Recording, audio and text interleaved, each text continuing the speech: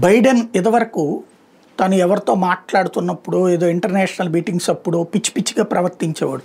అందరూ నుంచునుండగా ఎదురుగుండా వచ్చి షేక్ హ్యాండ్ ఎత్తంటే చెయ్యి ఇక్కడ ఉంటే ఇట్టిచ్చేవాడు అనమాట. ఇట్లా అలాగే స్టేజీ అందరు ఇక్కడ ఉంటే ఈయన ఇటెళ్ళి పడిపోయినటువంటి సందర్భాలు ఉన్నాయి. అక్కడే తిక్కలోడు తీర్థానికి వెళ్తే ఎక్కదేగా 7 ఏళ్ళు పట్టింది అన్నటువంటి కోణంలో అక్కడ తిక్కలోడు అక్కడ అధ్యక్షుడు అయ్యాడే అనుకున్నాం. వాస్తవంగా ఒకప్పుడు అమెరికా అధ్యక్షుడు అవ్వాలంటే హెల్దీగా ఉండాలి, పరుగులు పెట్టాలా, డ్యాన్సులు వేయాలా, ఎగిరి గంతులు వేయాలన్నట్టు ఉండేది. వాళ్ళు ఎన్నికల క్యాంపెయిన్లో కూడా తమ ఫిట్నెస్ ప్రూవ్ చేసుకునేవాళ్ళు. మొట్టమొదటిసారి అమెరికా చరిత్రలో అతిపెద్ద వృద్ధులు అధ్యక్షులు అవుతున్నారు, మన బైడెన్ కానీ ఇప్పుడు ట్రంప్ కానీ.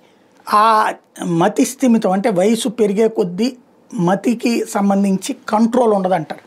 ఇప్పుడు తాజాగా ఆయన రష్యా పోబోతున్నాడు ట్రంప్. ఇప్పుడు ఎట్లాంటి పిచ్చి పిచ్చిగా మాట్లాడుతున్నాడో చూస్తున్నాం. తాజాగా రష్యా పోబోతూ అలస్కా పర్యటన క్యాన్సిల్ చేసుకుంటూని రష్యాకి వెళ్తున్నాను అంటున్నాడు. అలస్కా అనేటటువంటిది ఒక దేశం అనుకుంటున్నాడు. అలస్కా అనేది అమెరికాలో ఒక రాష్ట్రం. అమెరికాలోని రాష్ట్రాన్నే మర్చిపోయినటువంటి అమెరికా అధ్యక్షుడిగా చరిత్రలో నిలిచిపోతాడు. పెద్ద ఎత్తున నెటిజన్స్ ట్రోల్ చేస్తున్నారు.